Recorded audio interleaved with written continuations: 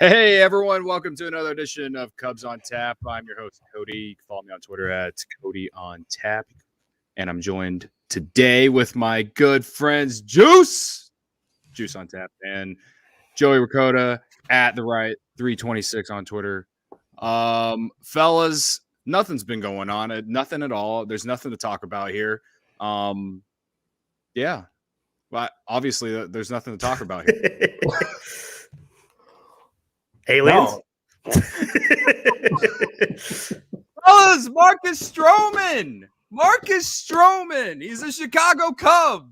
I've been waiting all day to just yell that into a mic. All fucking day, fellas. I'm so fucking lit about Marcus Stroman wearing white and blue pinstripes at Wrigley Field next season if these fucking owners get their shit out of their ass, or you know what I mean by that. I guess if you take a poop, whatever. You know what I'm saying?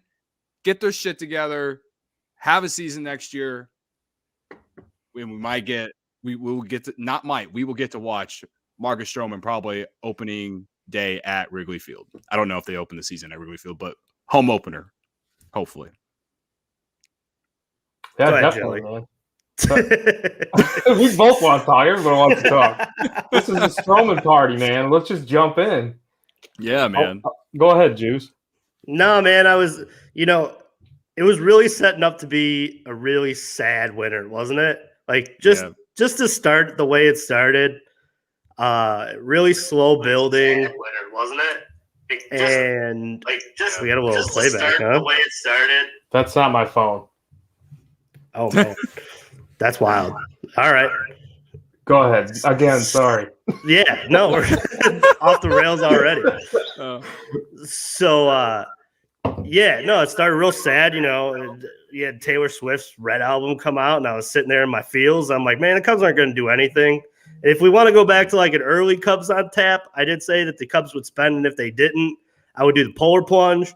So I was like, man, like I got to get swimming. I was ready. Get my little outfit together, the charity, whatever. Something that probably went against Tom Ricketts, just because if he didn't spend, we were going to try to figure something out. It comes on Tap where it was a little slight at the fact that they didn't spend the money. But you know what? Now everything within a span of a couple of hours of last night seems to be turning the tide. And now it's like, man, like when are they going to – now it's starting into when are they going to get Carlos Correa? So it's like you're talking about that now. So the quarter's been put into the merry-go-round, and I hope it's turning for a while, man. It's like we said, they weren't that bad last year. If you really want to look in terms of the stats and why they lost because they couldn't get any good starting pitching. Well, now you got a guy you can count on. And now maybe you get Kyle Hendricks a little bit more interested. That's a season that Kyle Hendricks never had before, man. That's a season of worthless pitching all year. Like it didn't matter. Every game he went out, that's the first time he's experienced that. And that's, I think, for him, something that, maybe he was, kind of pushed off the track because of that. And now you're looking at a guy like Stroman who can look at a guy like Adbert Alzolay and really show him some stuff, man. I really think that if the problem that we've all talked about on this podcast is that Adbert can't get out lefties, the first thing I'd be like, man, how do you throw that splitter? I want to figure out how you throw that splitter, because that's the perfect weapon for left-handed hitters. And if you look at Marcus Stroman's stats, he throws it a lot, and he actually has. And I looked up some stats here. His earned run average is a run less against lefties. So whatever he's doing, he does well, and Adbert Alzolay needs to tap into that. And now it just gets that going, man. Just gets it going. I'm excited too. Hell yeah, man. No, you both touched on a lot of things. You did a lot calmer than I did. And because I was so excited, I forgot to mention, if you want to drop a comment, go to our Facebook and YouTube page. I would love to see some reactions on Tap Sportsnet, YouTube, and Facebook. Twitter doesn't like our platform yet. Hopefully they figure that out one day, and you guys can come back and leave comments on Twitter. But I would love to see some fan reactions to the Marcus Stroman signing. We haven't even touched on like the actual contract. I honestly didn't even care what the contract was whenever they made the sign or came to agreement or whatever, because the Cubs have so much goddamn money. They have so much goddamn money right now. I don't even like, I didn't even care. And then when that came out, perhaps you can argue maybe you might not want to give $25 million to a guy who maybe doesn't strike out as many guys as you would like. But nonetheless, 3 years with an opt-out, I will pay $25 million to a guy on that short of a term with that kind of, I guess, height. Like, he is projected to only get better. Like, he should be in his prime right now. Yeah. He's 30 years old. He's in his prime right now. So you're hoping, if you're the Cubs, that you're getting the best years of his career right now. And, like I said, I think that that's all it really matters. And that's why I don't think the money really matters at this point. And, we're already in talks with Carlos Correa whenever that happens, because right now I guess they technically can't, but like they were. And that's awesome. And it helps because freaking Stroman within like not even a couple hours was tweeting at him, hey, come play with us. Come play with us. You love to see it. Everything that this guy has been tweeting over the last 24 hours has just, I'm telling you guys, I have to cover my groin with my hand. I have just to cover it up. I have to, because it just excites the living shit out of me. I said it. I tweeted a video. Also, we forgot to shout out Ron Luce. He's the biggest Marcus Stroman fan. The biggest Marcus Stroman fan that I know. Like even before last season, he was talking about Marcus Stroman coming to the Cubs.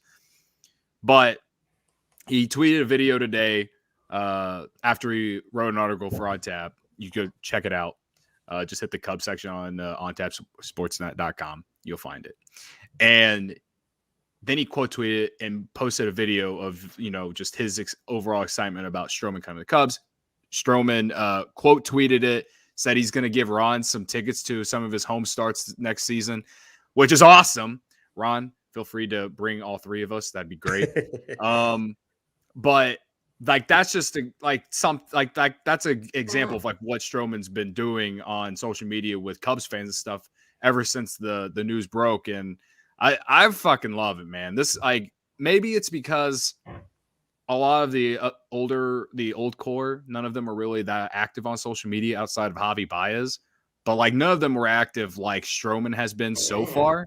And I know the signing just happened, and he's excited, and he's always kind of like he's active on Twitter. He sees, like, when you tweet at him, he sees it, and he will reply if he wants to reply. I just feel like it's a nice breath of fresh air, especially because whenever I tweeted my video that unfortunately Stroman did not like or even like or anything, which is fine. I don't need it. I was just hoping that maybe he would. I said that like this signing felt like John Lester in 2014, like the way that it happened when Matt Spiegel sent the tweet like earlier yesterday.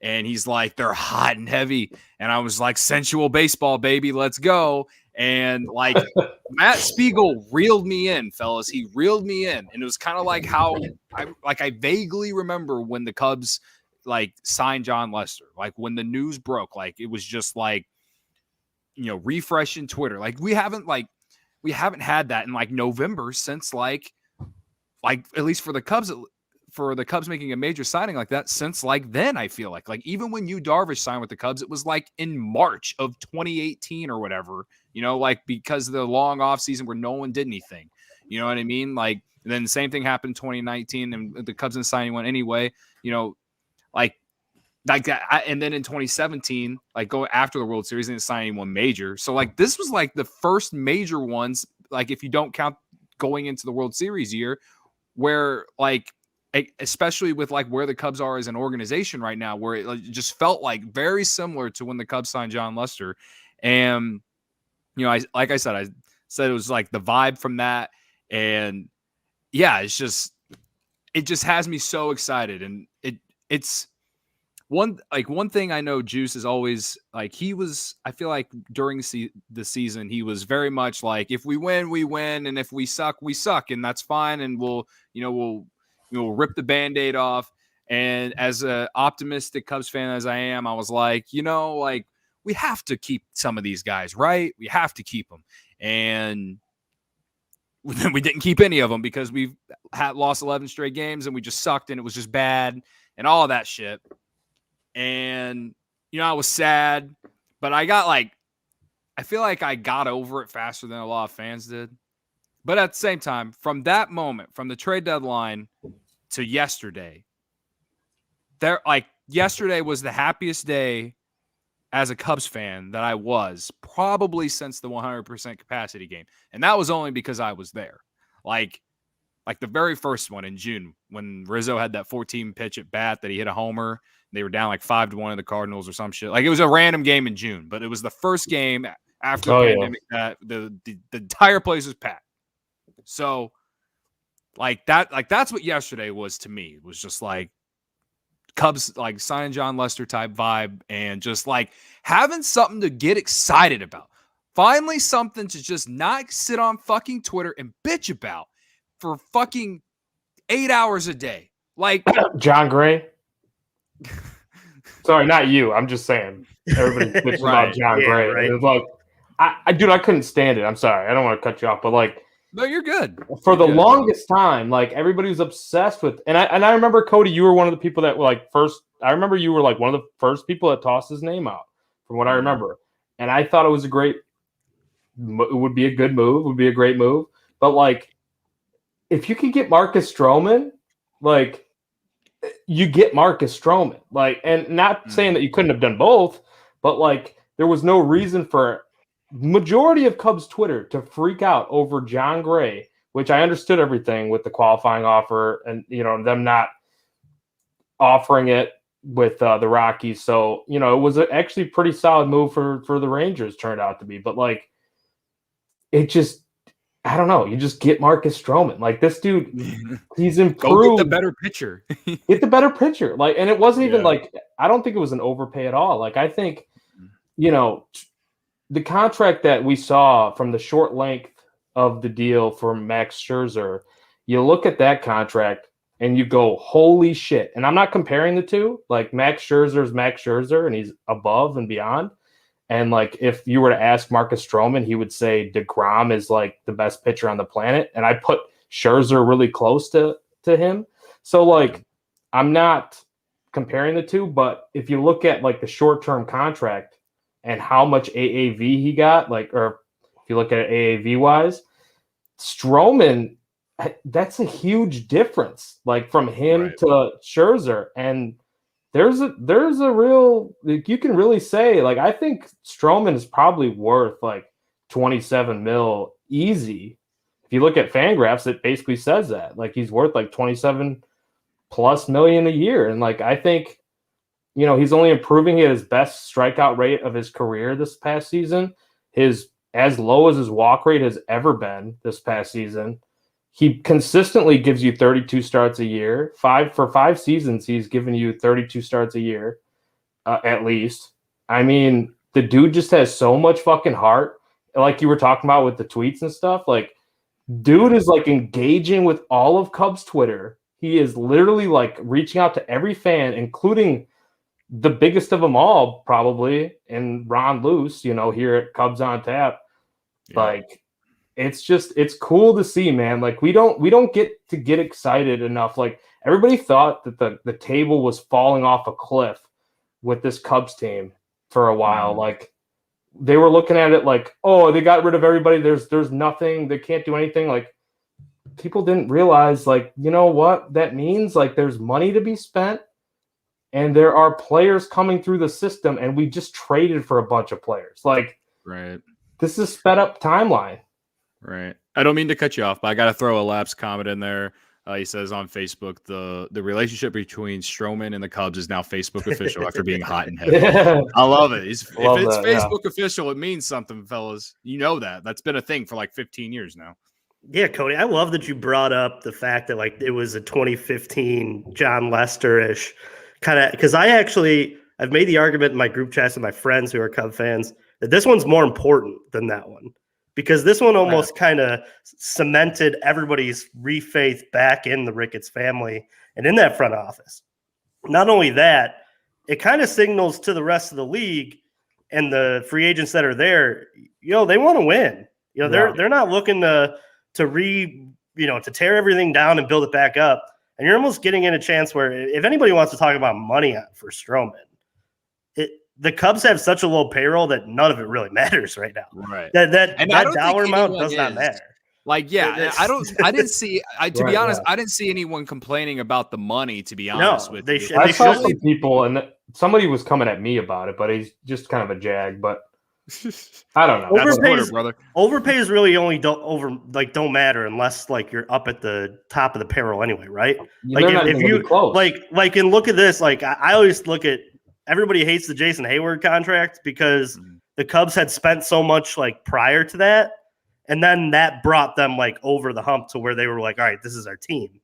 Like now you're looking at Marcus Stroman like, all right, this is a building block like Lester was. Now like let's build around that.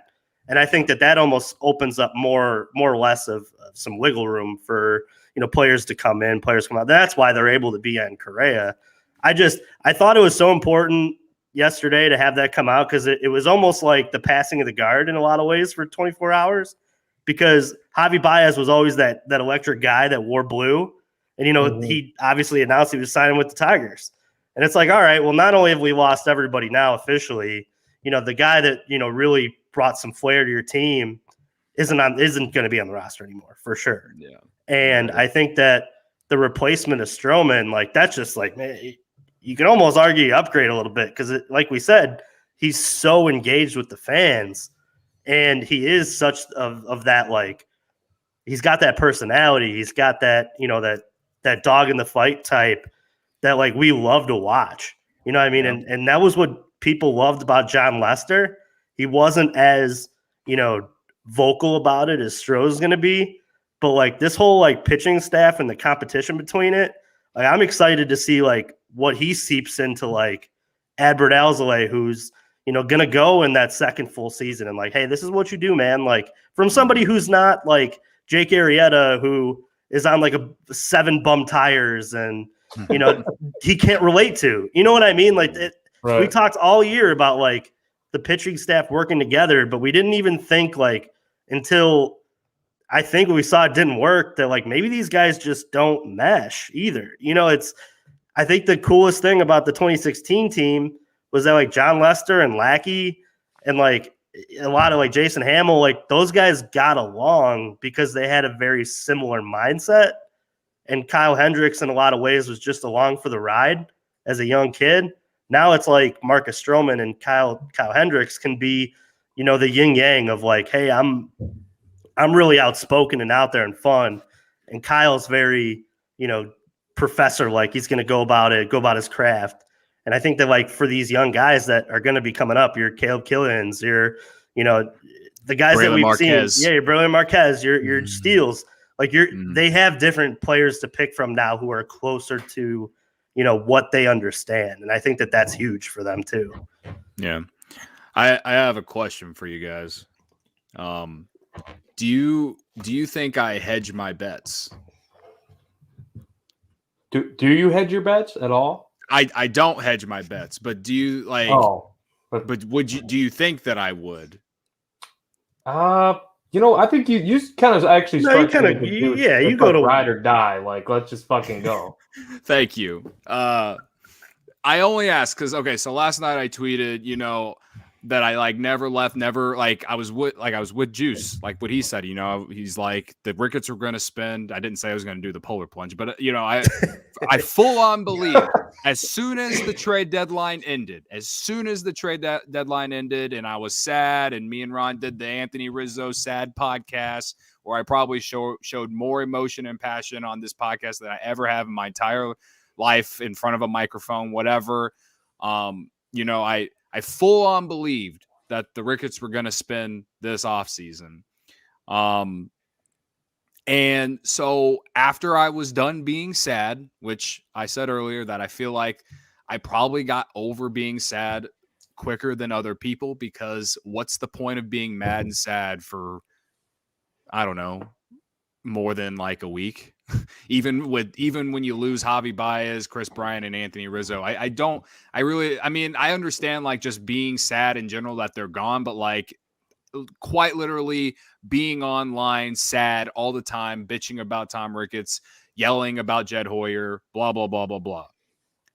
So I tweeted last night, I was like, everyone said that Jed wasn't the guy, that Tom wouldn't let him spend the money, that we're going in a 5-year rebuild, we're a poverty franchise, all this shit. I've seen the tweets from all over, from all kinds of different people. So I said that. And then old friend of the program, Joe Kilgallen, said that he loves me, blah, blah, blah, and I love him too. But he thinks I hedge my bets, in which basically saying that I'm saying that I'm right because I sent that tweet, but also, say that I'm ready to be hurt again all the time.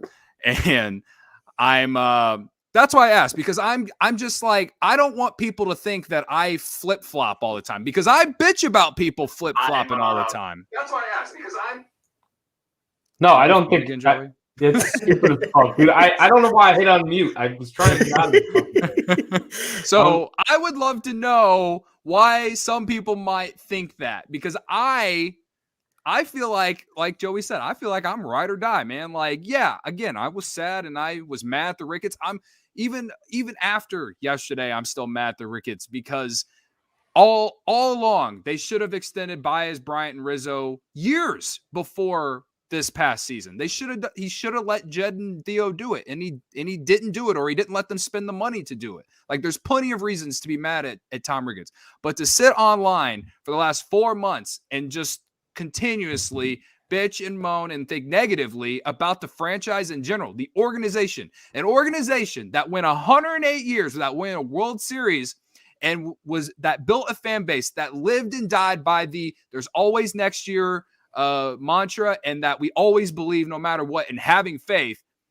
I don't understand how online for those 4 months after the trade deadline, people were just like, fuck this team, I'm going to go watch the White Sox. Dude. That shit pisses me off, and that's worse than what fucking the kind of shit that, what Jed and Theo and Tom did, because it quite literally takes everything away about what it is to be a Cubs fan. Like, am I wrong about that?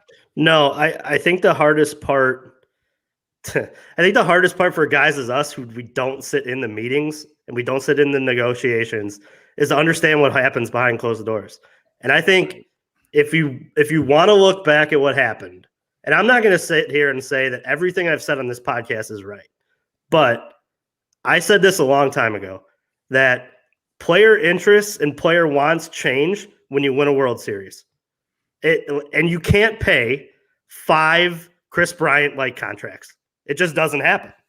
And if you want to go back all the way back to 17, 18, 19, you can look at all of those guys who made cases to have that Carlos Correa-like contract that's going to be given out, right? Mm-hmm. So if the Cubs were to have given it to somebody at that point, you're probably stuck with maybe a Javi Baez at this point. And how do you feel about that for $300 million or $200 million? You're probably not feeling as great right now, right? Not great, Bob. Not great. So, I wouldn't be feeling great. So, like, I can't sit here and say, blame the Ricketts for not extending these guys, because I wasn't in the negotiation room. And I can't sit and say that they weren't given the authority to, because for honestly, we don't know. And it may be true. It may be true that none of them got contracts and none of them were able to, come to terms, because they weren't. But with that said, man, I almost felt like yesterday was like, all right, new chapter. I'm over it. I don't care. Yeah. If they bring back Chris Bryant or Anthony Rizzo, that's great. By all means, do it. But now I'm like, all right, I want Carlos Correa. I want new blood, man, because I want guys who are hungry.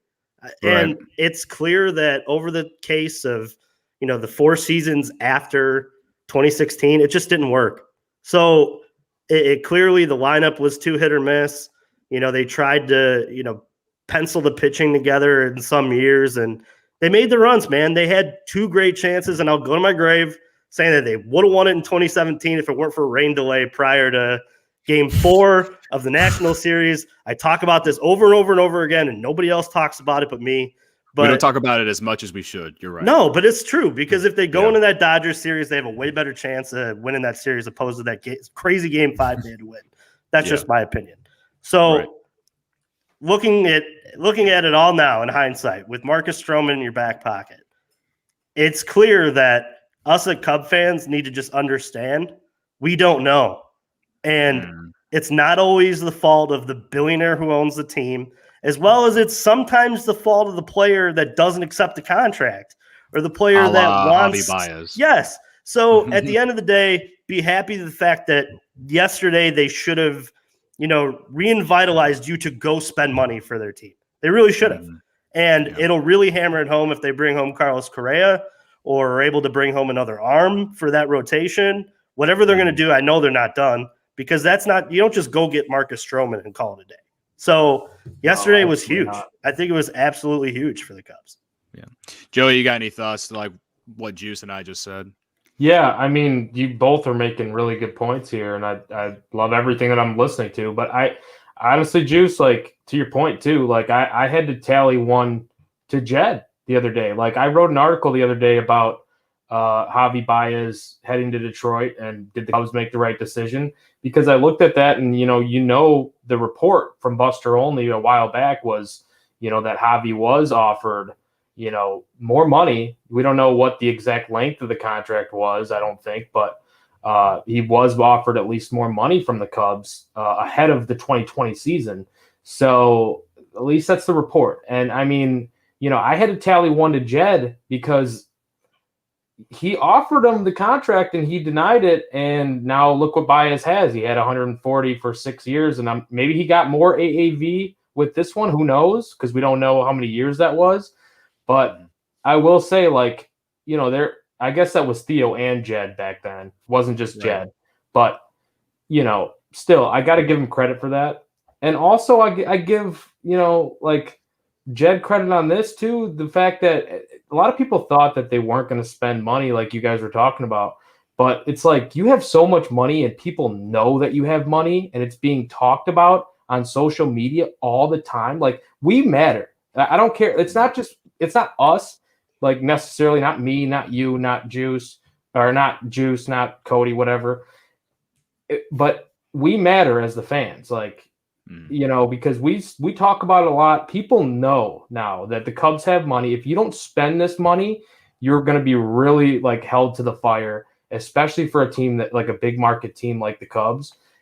And I think that's I think they just had a plan here though, too, all along set in place. You put these trades together, obviously we wanted those guys extended, but like I'm looking at it and I see a lot of guys that we got back that, man, this really looks good now all of a sudden. Like you get Stroman, dude, Stroman's he's a beast and he's a hard worker, and it's just the future's looking up. And this is Carter Hawkins, man. This is his first big fish that he's landed too. So like I'm only imagining that, like, and obviously Jed's involved with it, but I'm only imagining right now like Carter Hawkins and Jed Hoyer just like indulging in some cold ones, especially after this lockout, because they can't sign anybody right now. So what are they doing? Like these dudes got to be like drinking it up and partying over Stroman and watching us just like go back and forth with them on Twitter and like, hell yeah, we made them happy, looking for the hand towel.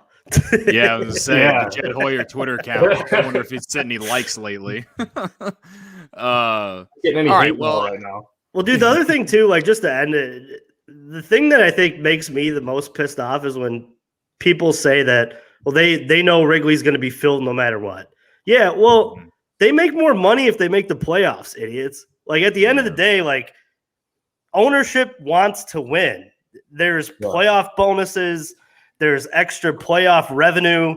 There's all this extra crap that there's more comes incentive with. to do well. Yes. Yeah. Right. So the dumbest thing I think is to sit here and say that like they don't want to win. They want to win.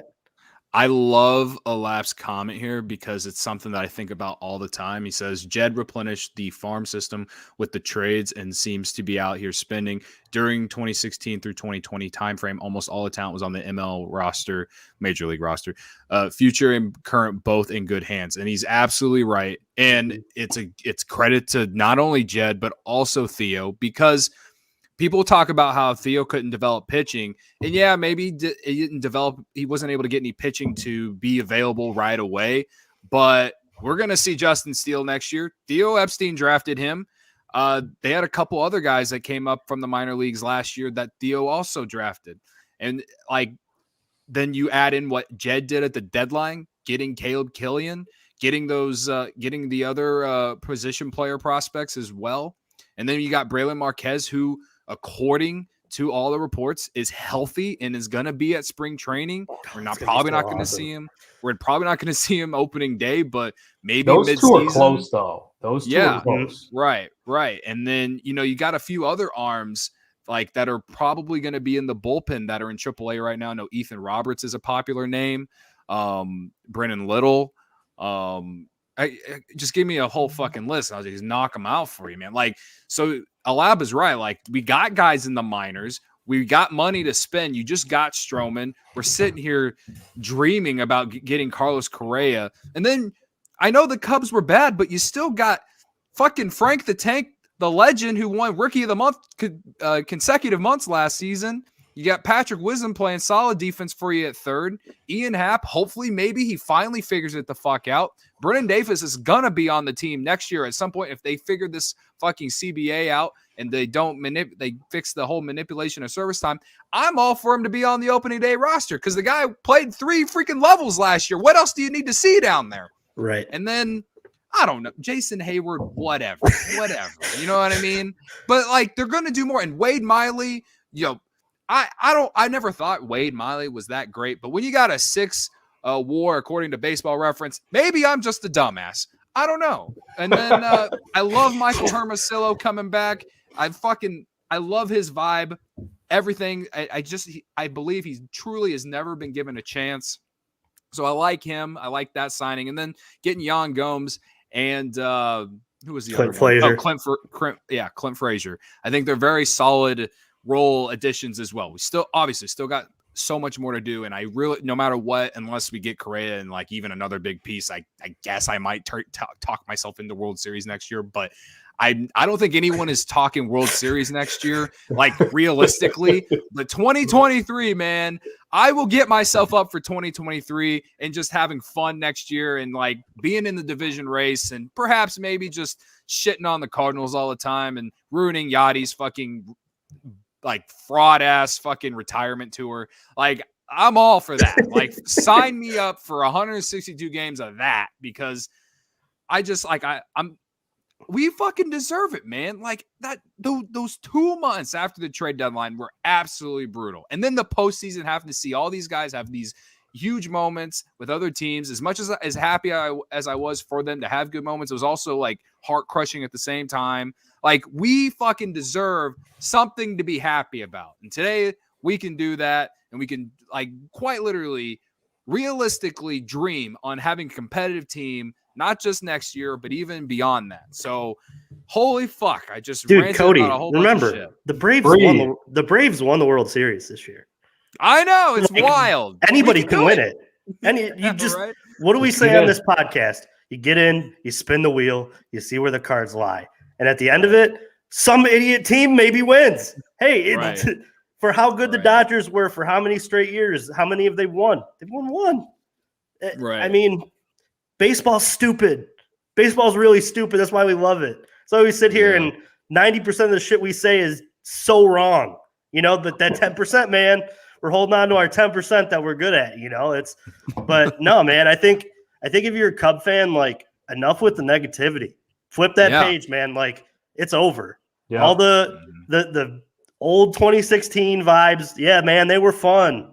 They were great. But then let's remember, since 2017 was much of a nightmare.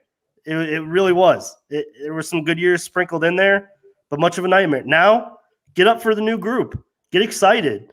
Go watch, Marcus Stroman with Pitching Ninja for an hour and a half like I did, listening to all this crap, man. Like, dude, like, that's what this is all about. Like, I think the most fun about, that 2016 team was, finding these new players, finding what they like, really getting to know who Chris Bryant was, who Anthony Rizzo was throughout that time. Now's that time to do that. Go in and find Caleb Killian's interview with his high school coach, for Christ's sake, or something. I don't care. Listen to this stuff, man, because that's what makes you a diehard. That's what really, like, that's what these guys are like. That's what makes them easy to root for. That's why I think all of us like Marcus Stroman so much, because he's just an open book, man. And that's great. I absolutely enjoy that. But flip the page. Time to flip it. I love it.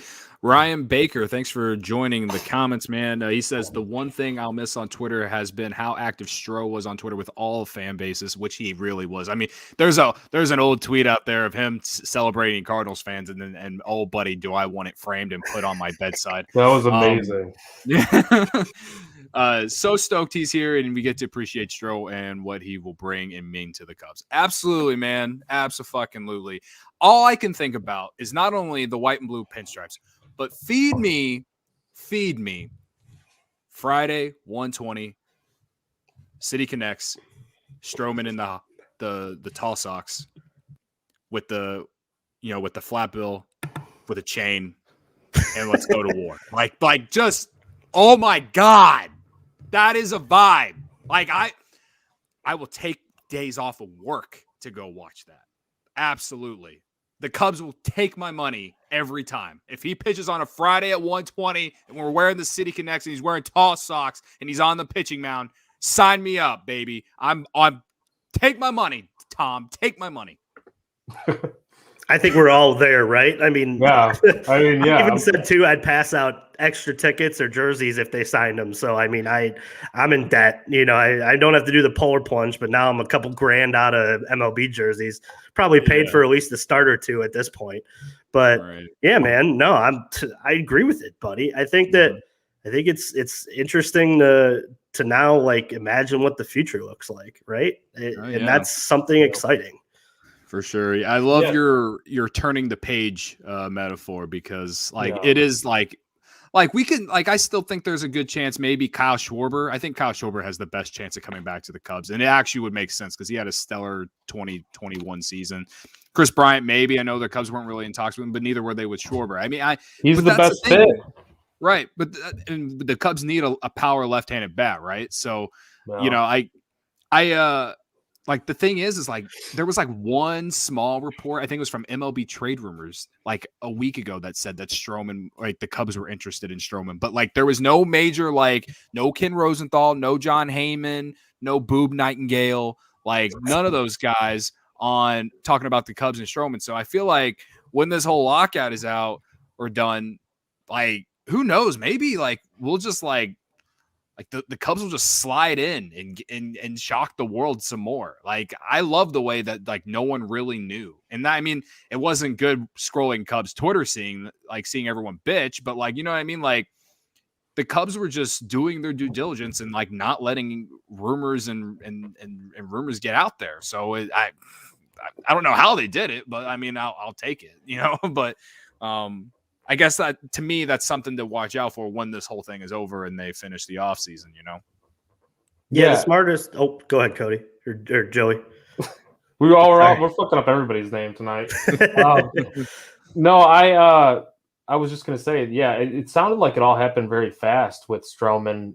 I know that I saw a report that it looked like the Stroman's agent was in talks with the Cubs, but Stroman, he made it sound like it was very quick. Like once he found out, it was basically like, yeah, I'm flying to Chicago, and got on the LAX, and yeah, there we go. Like, I'm ready to sign. Like, and I love the history and the culture, and like, let's go. So I could see it happening like with some of these other free agents as we look at like Correa and stuff, where you're not going to hear anything. And obviously we're not hearing anything. We're not hearing shit right now with the lockout, but I could definitely see it happening that we're not really going to know until we fucking know. So, and you're just going to hear like all these different teams thrown out there because, like, let's be real. Like, how do these big national beat reporters, like, how do they make their money? Like, they make their money by people clicking on their stuff and people looking at their page and people following and like just eyes on every single little tiny scoop that they give out there, even if it's not even a scoop. So like they're gonna be like, oh, Red Sox interested, Yankees interested, Yankees in talks, like you know. And those Jesse Rogers tweeted today about Kyle Schwarber. So I mean, I'm all in.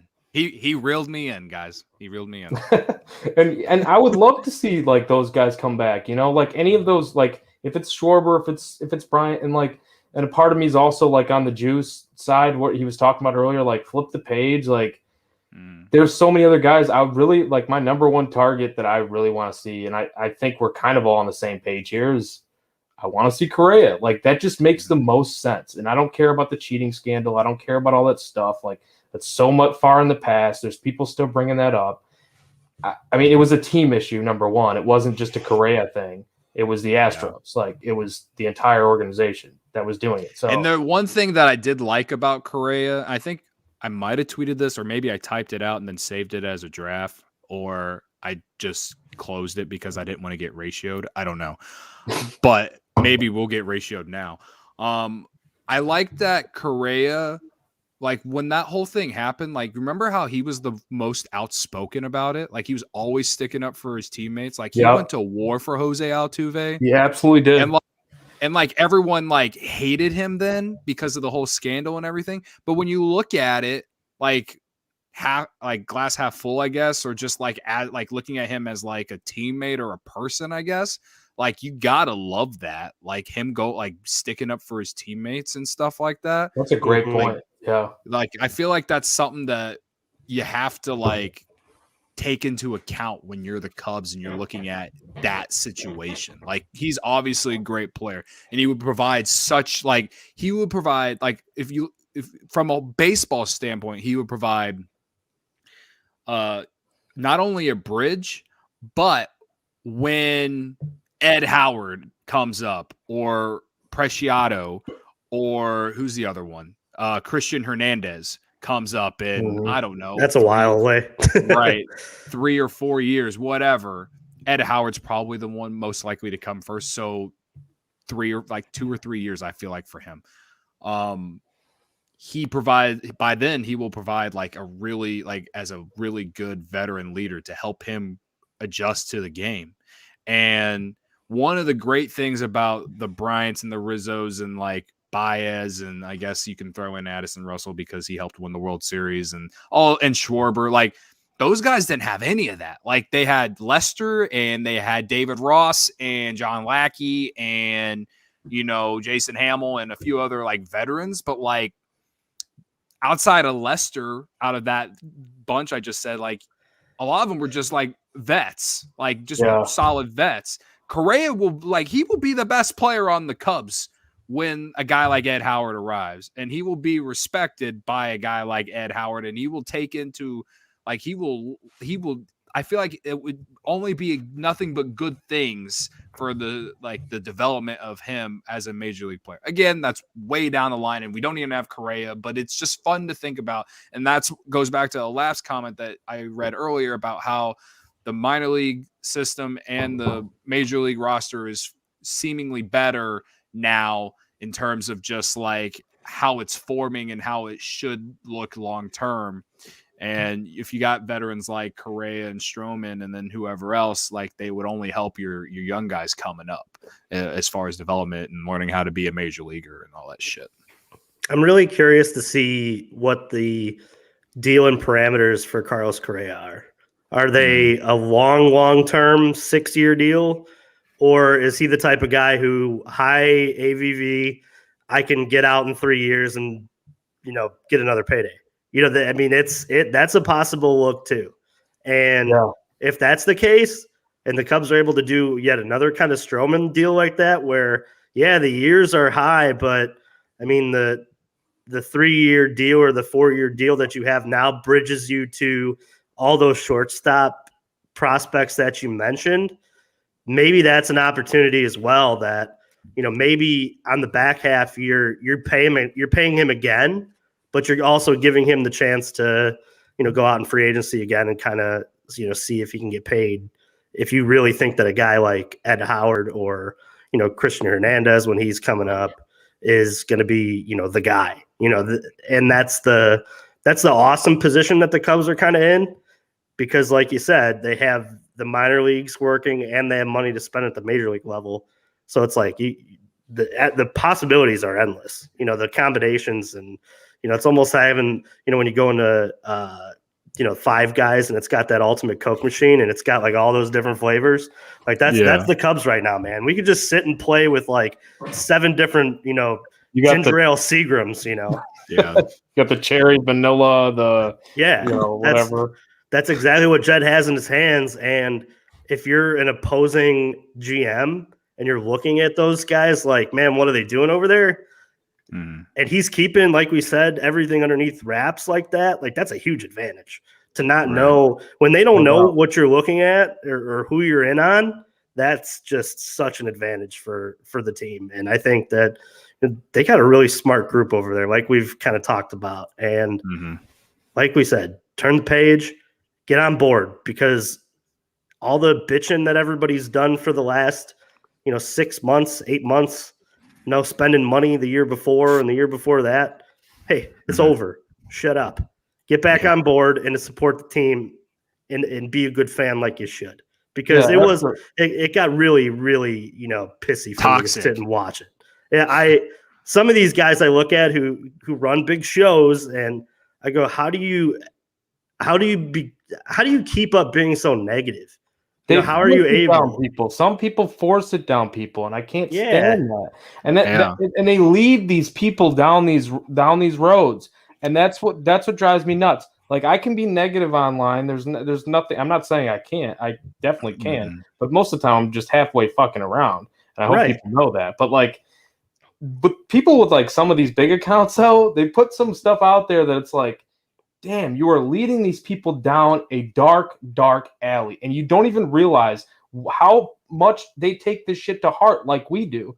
Like, I'm not saying that we're believing in what they're saying, but like, there are people who take this shit to heart, and then they take it to Facebook, and they got all these different Facebook groups. You got these Cubs Facebook groups, and these people just go on there all day long and just bitch and moan and bitch and moan, and because they get it from some other outlet, and they think it's okay, and they think that that's the way things are.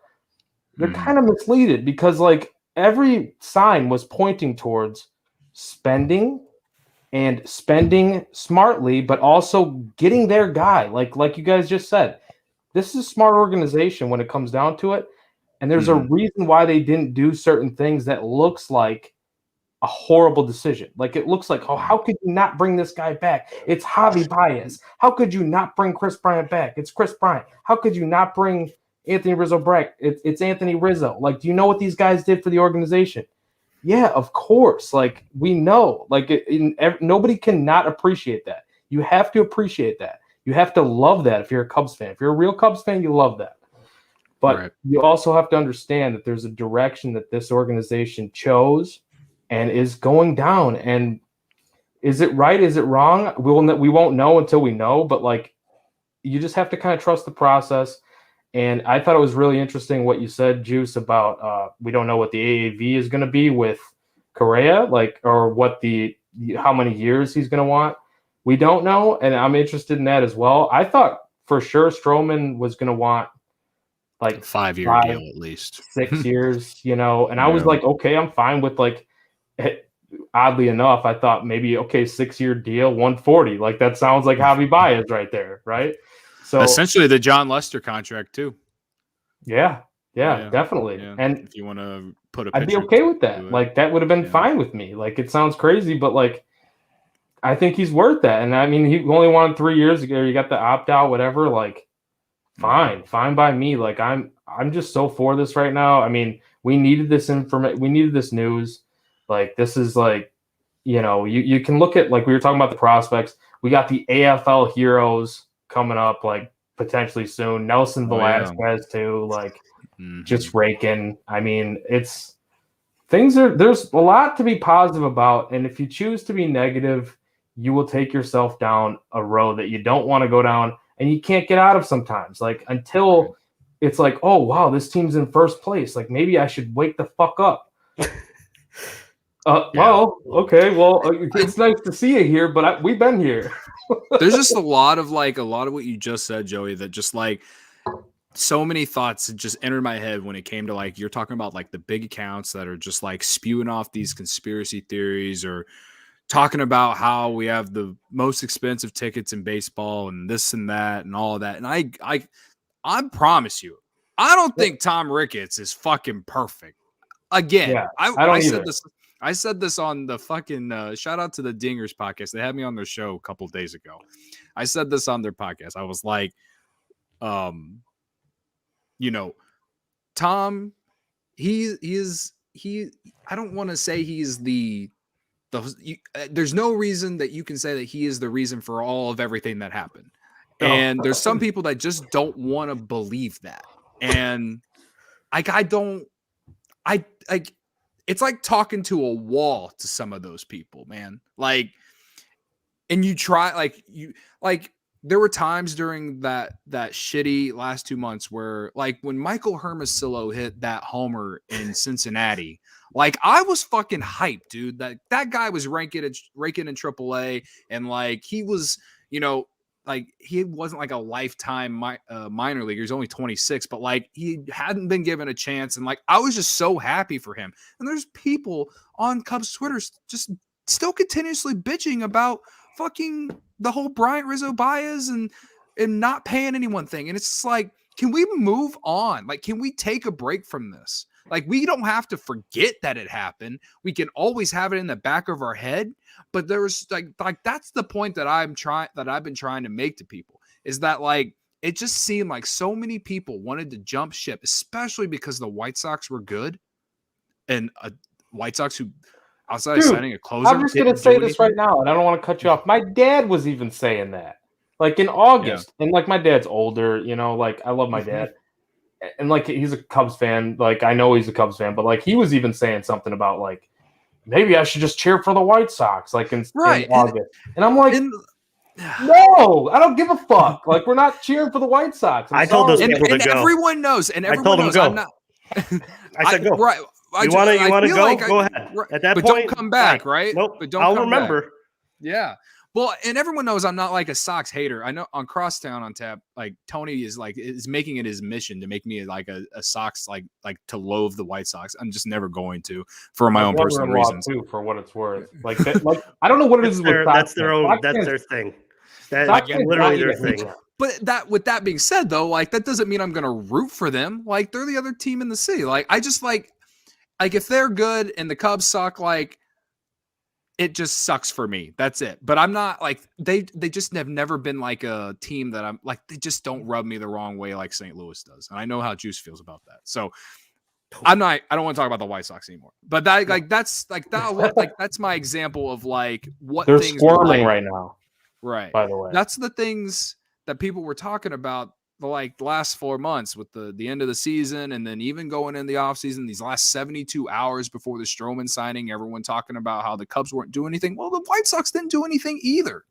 So I don't know, man. Like, I'm not gonna ever be like the gatekeeper of how to be a fan or anything, but to me it tells me what kind of person you are when you're doing shit like that. Like, my girlfriend and my family know that I am fucking crazy about the Chicago Cubs. Like, she knows that if the Cubs lose, like, I'm probably just going to be like on edge about everything that she says the rest of the day or night, and just like not be the greatest person to be around. Like, now in the second half of last season, not nearly as much, because it just there was no expectations. That was like the one nice thing. There's no juice. Yeah, there's no juice. Yeah, no juice in it. So, like, I don't know. I just feel like there's something about that, like being that kind of fan, that when signings like Marcus Stroman happen and whatever comes next, they mean much more to you than it would be to someone who was, for the last 4 months been bitching about the past, or, decided to go cheer for the White Sox, like, I don't know. Like, I feel like you guys are on my end on that, but like, that's just like, that's how I'll end that entire conversation. But do you guys look at what happened, just to go back one more time, at the trade deadline, in all fairness now, and just go, yeah, it was time. It's time to break it up. Like, now, looking with Stro in your pocket and all the momentum going forward, you just look at it and you're like, yeah, they knew something we didn't know. And I'm not going to say that, I'm not going to shut the door on any of these guys. They're clearly still out there. But with that said, man, like, there was a lot of sadness and hate at that moment for what they did, trading all those guys on one day. And I think I look back now and I go, all right, I get it. I understand that time had run its course. And now it's time to build the next great one. And we talked about that. And I think it was easy for us to say it because obviously that's what we had to say because we didn't have those guys anymore. But, looking back with full clarity, I think Jed made the right choice. It was time. And now you've almost reinserted yourself into any of that if you still want it. I mean, there's nothing stopping them from, when this deadline's over, calling Chris Bryant and saying, what do you want? There's nothing wrong with that. Right. But he's the only one from the deadline that I will probably go to my grave thinking like that's the one that they should have get away. That's the one that like if you were like we said earlier, over the course of 17, 18, 19, 20 was the tryout for who got the big contract. He deserves it. He's the one. He won the tryout. He won the tryout. But you also have to remember he has the most difficult agent in sports, and he is still Chris Bryant, who hasn't gotten paid yet. So he was always going to hit the open market. He always was, regardless of, if the Cubs came with a ridiculous high number. I still feel to this day that he was going to hit the open market because that's just what Scott Boras clients do. They test the market no matter what the offers are, and they come back when they know that that's what they can get. And I think that was much of the lack of contract offered to Chris was the fact that I think Boras just made it known he's going to go and test free agency and you can offer it there. And I think maybe the Cubs since then made different moves. They made other arrangements, and that's open to discussion. And, obviously I think, you can disagree with that. I do in a lot of ways. I would love to have Chris Bryant back here and in a Cub uniform next year. But I do think that if you're sitting in the Cubs uniform or fandom like we are right now, you can't be nothing but excited that the fact that they're already in on Carlos Correa.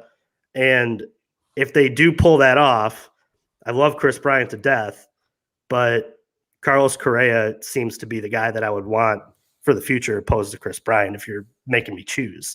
And it seems like they've done all the homework for that and are, neck and neck with New York as we've kind of, read through the tea leaves. But it's interesting to kind of look at it now.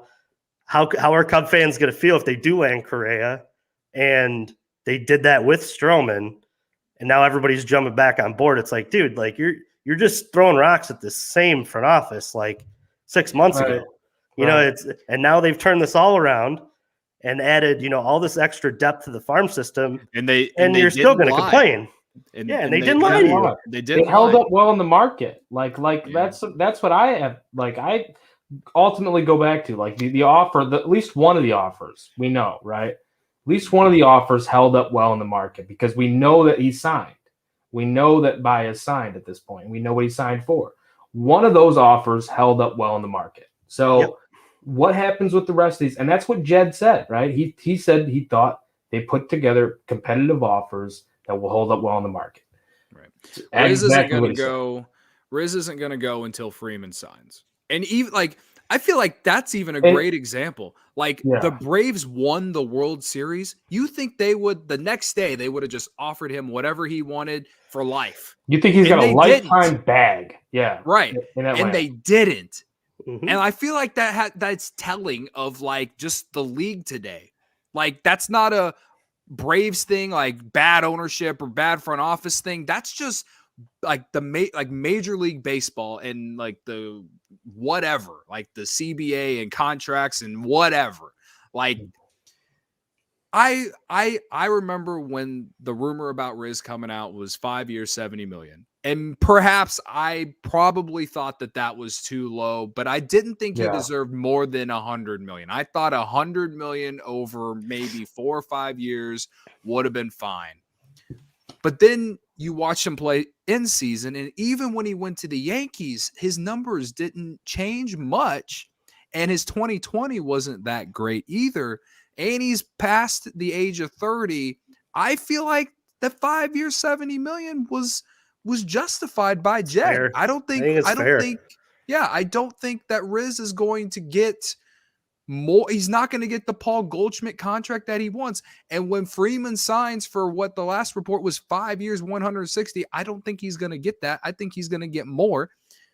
Like when he signs his contract, Riz is not going to get anything close to that. And if he is, it's just going to be from an organization that's going to be willing to pay for past performance. That's literally it. Most of the first baseman contracts do not age well. Most of them don't. Like, that's just a fact of the matter. And Eric Hosmer, dude. Like, we're talking about, like, giving away stuff to potentially get prospects. And Hosmer, like, they just want to get rid of his fucking contract so bad. Like, the Padres do. That there was rumors floated out there about the Cubs getting Hosmer. Like, and that, I'm not saying that couldn't happen at some point, but, like, that just goes to show you that the first baseman, like, contracts do not age well. Most of them do not. And he's got the back issue. I don't think the back issue is insane, is as bad as a lot of people like to point out. But again, as you get older, I'm sure that issue isn't going to get better.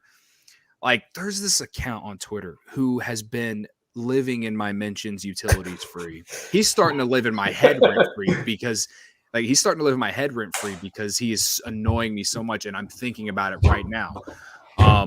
But he like got in an argument with me in like August because I was pointing out that like Rizzo hadn't been playing that great with the Yankees or some shit.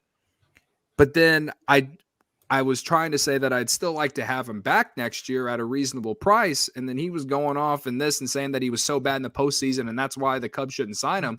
He was literally trying to tell me that because of his bad postseason numbers, he doesn't deserve anything from the Cubs. Oh, that's just ridiculous. And I'm like, you got to you have to be good in the regular season to get to the postseason. Right. Riz had an OPS over 900 in 2019. And at the time I was like, how much do you count 2020 into that? You know what I mean? Like that's the consensus of this guy. He's got 69 followers, even though that's very nice. This guy is the classic fucking moron on Twitter. I'm not even going to say his account name because then that really would say how much he's living in my head. Utilities. Don't even bother. Yeah, he doesn't follow me, but he lives in my mentions though. So that's all I got to say. There's a lot of people that live in your mentions though, Cody. You got some my mentions are on fire. You know the Elmo gif where he's like has his hands up and he's like, and there's fire. That's my mentions. And I don't even say like outlandish shit, dude. I don't. Like, tell me straight up tell me with your with a straight face that I say outlandish shit. And only try when you not talk to about Luka Garza. That's it. That's so true. Luka Garza is literally everything that Iowa represents. It's big guys from an assembly line that all look the same. That's literally it. Grown in the corn. Yeah, we're not going to go down that rabbit hole because you know I'm an Iowa fan. But and I'm not going to say anything bad about Iowa because I'm a Bulls fan. So we're just not going to do that tonight. I appreciate that. But anyway, go ahead. You won't find a bigger Anthony Rizzo fan than me. Like whether it's the Italian connection. All three of us are like bigger, like giant Anthony Rizzo. Yeah, fans. how could you not be? Like right? Like I've never like not thought that the Cubs shouldn't have him or shouldn't have like gave him a lifetime contract. Like, but at the same time, you have to think of it like you do have to think of it from a business decision at some point if you don't get it done early. And again, like I said, the fact that they weren't able to find a way to extend them before the 2021 season or hell, even before 2020, that's why we are in this position with those guys. That's the big thing in my eyes. That's what it will always be. And that is what it is. I didn't mean to cut you off, Joey. I'm sorry. No, I mean, I honestly, you pretty much picked it up. I think like it's just the thing of it is like, I love Rizzo and I love the 2016 Cubs and we've kind of been talking about it, but it just comes to a point where it's like, you got to do something different because it's not fucking working. And I'm not saying that you can't take any of them, like, and I'm not saying that they shouldn't have extended one of them, but this is the decision they chose. And now we are just like, what are we going to do? Just kill ourselves now? Like it's all, the world's ending. Like all these guys are gone. Like, what am I going to do now? I can't watch Cubs baseball. Like I hate the Cubs and I hate myself. Like, no, I can't do that. So it's like, I'm looking at it as like, what decisions did they make, and what's going to happen going forward, and what can we look at positively? The positives are all in front of us. Like we've mentioned, like they've got so much freaking money. They are going to unload the dump truck for someone. The dump truck. Someone is getting the bag. The big bag. bags that are dumping. I hope it's already in Correa's backyard right now. I hope it's just there. And MLB is just like, mailbox. Please open after lockout. And it's just a huge bunch of Cub money that just comes out. And that's how he gets announced. Change your name to the Cubs shortstop. Is it right? Dude, somebody comes with like a sawzall because he's got it's chained in. Like he's chained in, the bag is chained into his yard, but he can't get to it. And somebody comes with just like a sawzall. It's just like, here, Jed Hoyer, Carter Hawkins has a present for you. And Correa just like pops through the door and is like, oh, yes, sir. Before we get out of here, you guys want to talk about this lockout a little bit? Like I kind of touched on it a little bit. I do actually kind of want to relate it to Anthony Rizzo because I think his market comes a little bit further back because as we hear more and more about it, it seems like the DH is more and more evident for the NL. And I wonder if Anthony Rizzo, because of that, has a little run at his stock because NL teams are going to strictly need a DH and they just don't have it. That's not how these teams were built. So I wonder if that's, how he gets his bag. Maybe he doesn't end up getting, the money that he obviously thought he was going to get in the future, but maybe it ends up being not as low as, if he were playing first base for, the Diamondbacks or something. You know what I mean? Like some lower end team that is just paying, just to pay to have season ticket holders be like, oh, there's Anthony Rizzo, But no, I do. I think we should talk a little bit about it.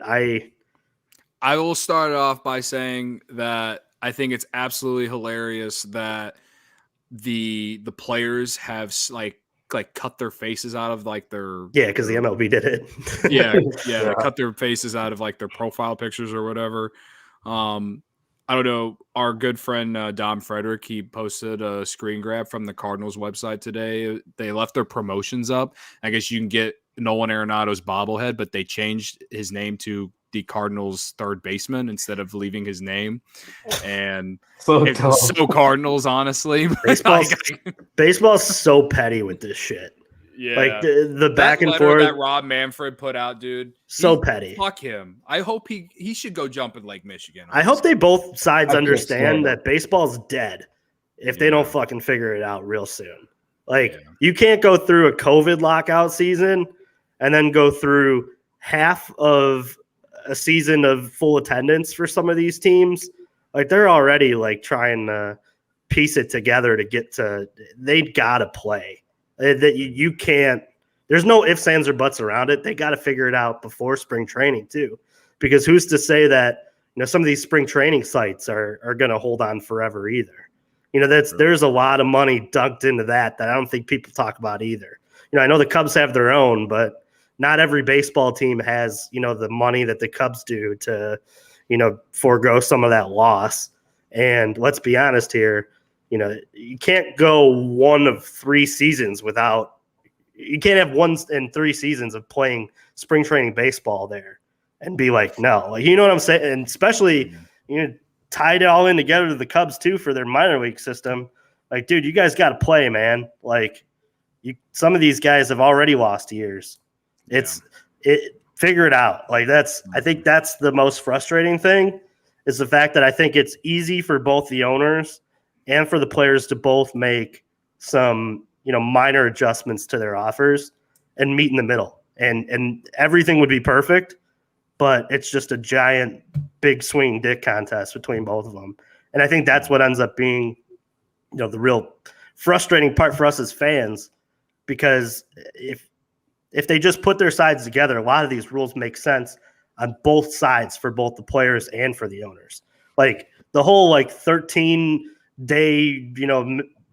manipulation rule, like the Chris Bryant crap, to me, the owners benefit more when they have the player up at the level from ticket sales, from jerseys, so I get it. Maybe you're saving, the millions of dollars on the contract run, but you make that back. You really do. in terms of ticket sales and, games won. I really do think that if they just were to both open their eyes, and I may be stupid on that. Hey, I'm not the smartest man in the room. I know that. But with that said, man, like there's a lot of good for both sides. Just figure it out, because you can't go out through another year of, or even a couple of months of it not being, April not playing, May not playing. People they'll forget about baseball. This generation, they'll move to something real quick. And you got to capitalize on all the momentum that they've built, because they have. The game's been really, it's been fun to watch for the last couple of postseasons. The postseason was fun this year. I mean, I didn't care who won the World Series. When an 88 win team wins it all, like, yeah, it was great. And then even the ride to get there. I mean, the Rays were the best team in the East, and they lose in the divisional round to the Red Sox to go to the ALCS, and that kind of then you see all these, basically like we talked about the Braves, a bunch of teams that you didn't expect to win and do well, they did well, and that's like the one thing about baseball that you just aren't ever going to see in the NBA or even the NFL and stuff. So yeah, no, you make a lot of good points there, Juice. Joe, you got anything to add? Yeah, no, I like a lot of those points. That's the thing. Like, nobody wants to see the game stand still or not even be played at all. Like, that's the thing. Like, we can't afford, as baseball fans and just fans in general, and if you're looking to grow the game, you can't afford to go into a season where there's not a season. Like, that just can't happen. And we've picked up a lot of steam. Even this hot stove, like, the stove's been sizzling, baby. Like, this hot stove year, this is and I think a lot of it is due to the CBA, obviously. Oh, it definitely is. Yeah. Freaking Rob Manfred used this whole hot stove season this winter as a way to make a point in his stupid ass letter that he put out last night. And it's like, dude, the only reason people were spending is because everyone knew the lockout was coming. You dummy. Yeah, exactly. And that letter, dude, how can you even say, we assure you that we've had whatever in good faith, like what he was dude, nothing that you did, I don't believe that you and the owners, anything was in good faith. I'm sorry, I'm more team player on this, because I just know, we all know how much money the owners make and how much that I think everyone, I don't see how anyone could be on the owner's side when it comes to you can't. The MLB. It's just and you look at what you were saying about the service time manipulation, right? All the other off seasons, though, first of all, when we look at the hot stove time, they don't sign till freaking February or March. We can't go. We're not like the NBA as baseball fans, where it's just boom, as soon as you hit free agency, everything flying. NFL, everything flying. Why does that not happen in baseball? It should be the same. And Manfred talks about all this stuff happening, what's bad for our sport, what's bad for our sport is when players leave teams. That's not what's bad for the sport. It's not player movement itself. It's everything else involved with it. It's all the loopholes that you have to go through. It's the service time issues. It's, teams maximizing that service time issue. And, maybe if you just paid them a little bit sooner and you gave housing and stuff to the minor leaguers, there's so many different issues that are actually being presented with the CBA that I just think it's just ridiculous how, you can't come to terms with some of this stuff, because there's got to be a little bit of push and pull, and that comes from the players too. But I don't see where the players are really that far off base. I think what they're fighting for is rightfully so. They're making pennies on the dollar compared to what these owners are making. And you got these small market teams continuing to act like small market teams, and you don't have a salary cap or floor put in place to make some of these teams spend money when they're a small market team, but the owners have money. So it's it just bothers me, man. All this shit it drives me up a wall. I can't stand Manfred. He doesn't care about baseball. Get that dude the hell out of here. Also, how hilarious that he says that they negotiated in good faith. The last time they went in that room, they were in there for 10 minutes. Yeah, it's not even 7 minutes. That's not negotiation. No, that's all right, guys, we'll meet again this time. And by that time, you grab a couple cookies and a cup of coffee, and you're probably back in your cab. Like that's Yeah. so ridiculous. Like, and Right. that's it's just the way baseball's run. I think we're all opinions of Rob Manfred being probably one of the worst in terms of who runs, the leagues, the big leagues today. But no, I just want baseball, man. I want, especially after Stro, like, I mean, there's a little part of me that like was like, it wouldn't be too bad if they didn't play, because who am I really going to watch in a Cub uniform if, there's a little part of me not thinking they weren't going to spend money for a second there. Right. And I was like, no baseball for a year. All right. And then, now they get Stro, and it's like, oh man, like I want to watch him pitch tomorrow. So figure it out, man. For sure. One more thing I feel like we should talk about. It came out today. I didn't get a chance to read the report. And I hope maybe one of you did, but the report of Wilson Contreras being upset that the Cubs haven't came to him about a contract extension. So let's backtrack here a little bit. I mentioned Yan Gomes earlier. He signed a 2-year deal worth like $13 million, and they signed Clint Frazier the other day. No one was excited about it. I was at least a little chipper because at least the Cubs did something, but whatever. I remember when the Yan Gomes deal went down, no one was excited because everyone started freaking out about Wilson and then his cryptic tweets. And then that's I mean, I think now that this report has come out today about him not being happy that the Cubs haven't came to him about a contract extension yet, I think that those cryptic tweets have more to do with that than them signing Yan Gomes. First off, did any of you get a chance to read the report? A little bit. And I think that you're right on that. I think that at the end of the day, Wilson was probably slighted the fact that he's the one who's left there and not given the, hey, you're our guy moment yet. And I understand that from his standpoint too, but also I think yet again, much how COVID was for the Ricketts, the timing just sucks right now. Because it's like you can't negotiate with him when you're knowing that he's already under contract and I have to sign X amount of free agents before the lockout too. They were trying to capitalize on Stro. Obviously, they were talking to Correa's agent. I'm sure there's a bunch of other guys that haven't been reported that they've at least inquired about.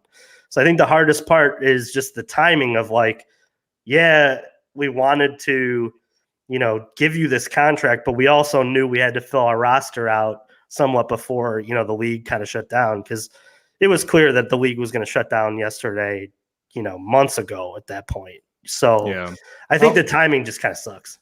I want to stop you there just a little bit, Juice. I'll push back just a little bit because I think because I think like if they were really serious about like locking him up long term, and I believe like he should be locked up long term. And I think like this Yan Gomes is picked up as a backup. Like that's just all it is. And like a spot start guy to give him more days off and help his bat and just like everything else. But like I understand where he's coming from a little bit, because like if you were serious about giving him the extension this year, then you probably could have done it after you made the trades, right? Oh, like, yeah. I mean, you could have done it middle first last thing when year. the offseason ended. No, I totally agree with that. I think all this is warranted too. I really do. I think it's a really mismanaged post by Jed Hoyer here, but I still do think like, hey, there's time. He is going to have to be a little patient about it in terms of there's nothing they can do now, and I'd be frustrated too. But that was last season's gasp, right? I think it's kind of weird that that's just coming out now. Maybe this was a deadline he kind of set. That's maybe looking at it that way. Maybe he's like, oh man, like if they don't get me going on something before this lockout, like, I will go off the rails here a little bit. No, I agree with you. I think he deserves it. He deserves a bag, man. And it's to say that the Cubs don't have it. That's wrong. And that's the hard part, because I'm sure he's thinking like, I know they have this money. Like, why don't they just? And he's probably like, while all of us are excited about signing Stroman and getting getting a really good player, he's probably thinking it's like, they just gave this guy all this money, but they haven't even came to me about an extension yet. And I've been here for everything. I'm still here. I've publicly said that I want to be here for the next great Cubs team. Like, and he's you could put him at the top when it comes to just like a guy that quite literally I feel like has never loved this organization more than any of them. Like at least shown it on the field. His heart is unmatched, dude. Yes. Do you guys think they don't pay him? I think they pay him. Like I I feel think they like will. Yeah, and I think so like too. And this is why. Well, okay, this isn't why, but this is why I want them to. And I talked about this on the Dingers podcast the other night. If you listen to it, or if you haven't listened to it, you should go check them out. Those are great guys. Wilson Contreras what you could say he's probably been outside of this year. You could probably say he's been a top 5 catcher, top 10, top 5 at least, top 10 at the least, but you can argue top 5 catcher at least in the National League since 2017. I feel like, all right, and he's led the league in innings caught, and his only real flaw he's ever had was his framing, which has improved, and other than that, he's always been a really good defensive catcher. I mean, he made John Lester look like someone who can throw the ball to him and still throw runners out despite them getting halfway to second base.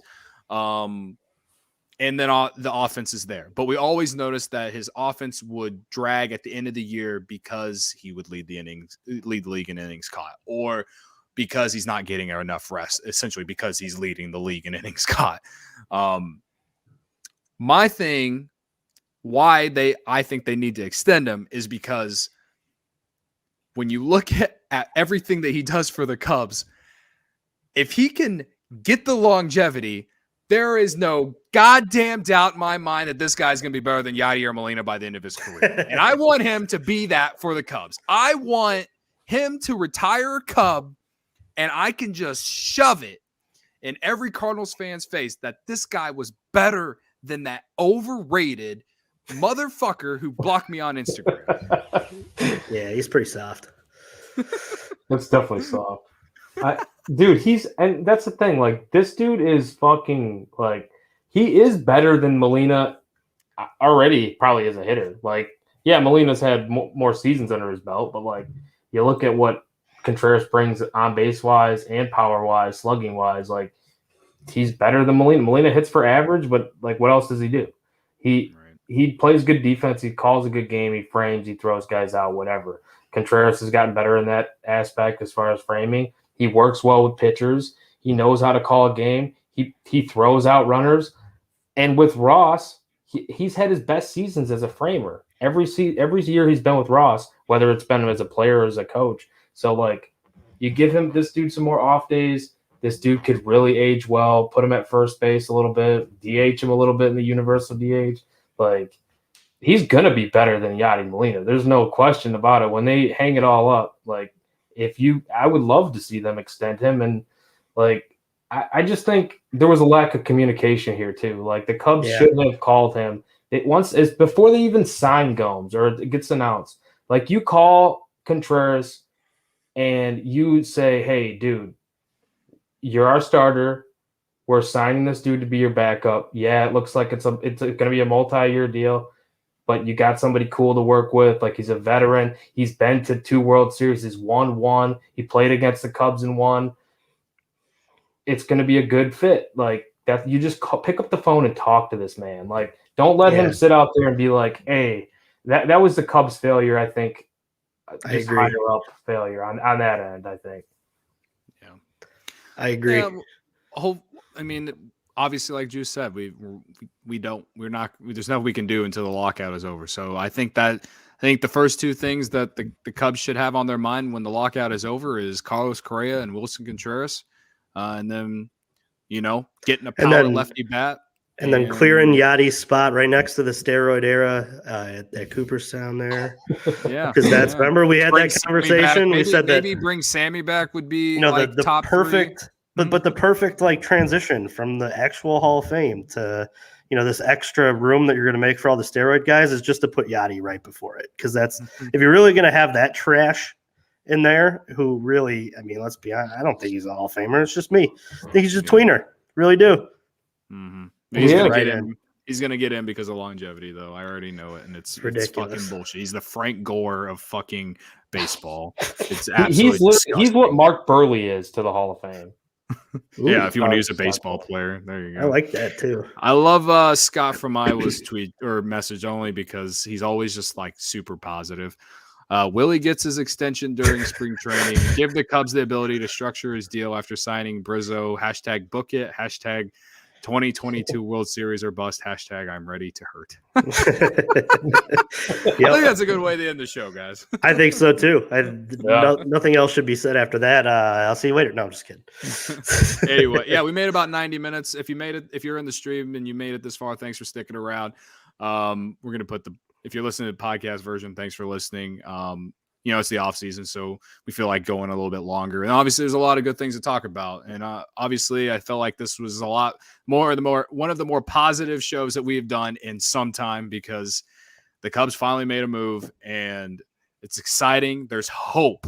There's fucking hope, guys. Like, I'm so ready to ride in 2022 and get pissed off about a fucking April game where the Cubs had a 3-2 lead in the 8th inning and blew it or whatever, and then get up the next day and ride the roller coaster again. Like, I'm ready, and it's December 2nd, so get the lockout over with already, so I can know that we're at least going to get spring training by March. That's all I can ask for. So, anything else from you guys before we head out of here?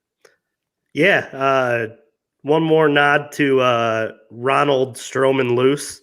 Who seems to carved his name into the Stroman family already. So, congrats to you, buddy. I know I texted him right after it happened, and I just got one, let's fucking go, and that was it because I knew he was calling a game. But that let's fucking go may be hung up in my trophy room as the moment that Ron Luce became truly happy in life. Yeah, I feel like that was arguably like maybe more happier than when the Cubs won the World Series, man. Yes. The only thing that would bring Ron over the hill here would be if Nick Castellanos shows up at spring training on that team.